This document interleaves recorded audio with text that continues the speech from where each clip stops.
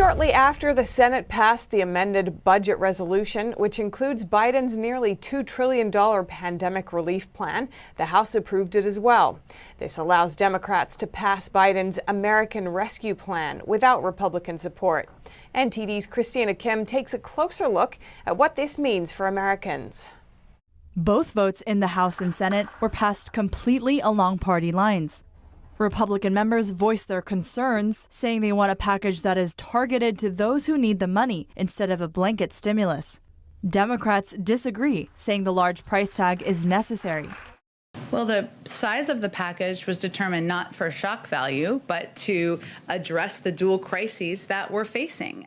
Thomas Schatz is the president of a private, nonpartisan, nonprofit organization seeking to eliminate government waste and mismanagement. He says the package is too much money and has wasteful elements, but this is Washington's go-to answer. Members of Congress like solving problems by spending money. That doesn't mean the problems get solved.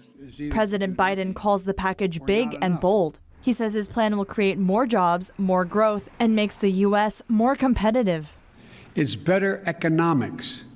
It not only addresses the immediate crisis we're in, it's better for the long-term economic health of our nation and our competitiveness. While this is a response to a national emergency, this money still gets added to the almost $28 trillion national debt.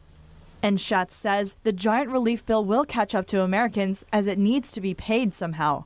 At some point, Congress is going to raise taxes. President Biden talked about a $4 trillion tax increase, but eventually this will all catch up to the taxpayers and future generations, and it will have a negative impact on growth, including putting too much money into the economy, increasing inflation, and causing other side effects. Many are saying Congress should spend the money sitting in the Treasury from the previous bills first, like Senator Kevin Cramer, who says Democrats are trying to rush the massive package before spending money from earlier relief bills. They are aware that $350 billion is going to state and local governments, yet almost half of the states have not spent half of the money they got from the original CARES Act in March of 2020. Schatz notes in 2009, then Vice President Biden led the near $800 billion stimulus plan, which is about half the current stimulus plan. Ultimately, it didn't see its desired effect, with some hailing it a disaster. But Biden says the problem with the earlier plan was that it was too small. But it wasn't enough. It wasn't quite big enough. Echoing his attitude towards the current plan.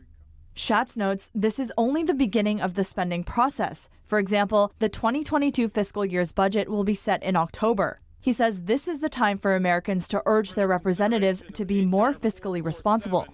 Karistyna Kim, NTD News.